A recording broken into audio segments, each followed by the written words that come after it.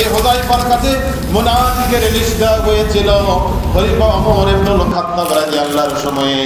খলিফা ওমরের সময় খলিফা যখন জানতে পারেছেন ওমর যে মক্কা মদিনায় যারা মুনাফিক আছে এদের লিস্ট আবু বকরের কাছে নাই, আমি ওমর আমার কাছে নাই, ওসমানের কাছে নাই, আলীর কাছে নাই, এই লিস্টটা হুযায়ফা রাদিয়াল্লাহু তাআলা আনহুর কাছে আছে।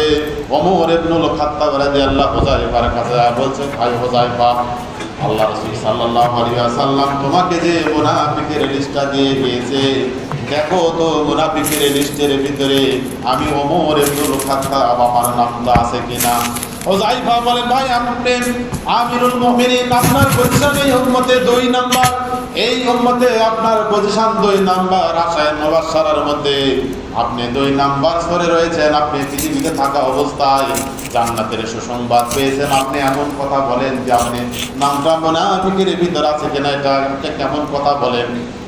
আবু ওমর ইবনুল খাত্তাব বলে, ভাই আমার ভয় হয়, দেখো তো আমার নামটা মুনাফিকের ভিতরে আছে কিনা।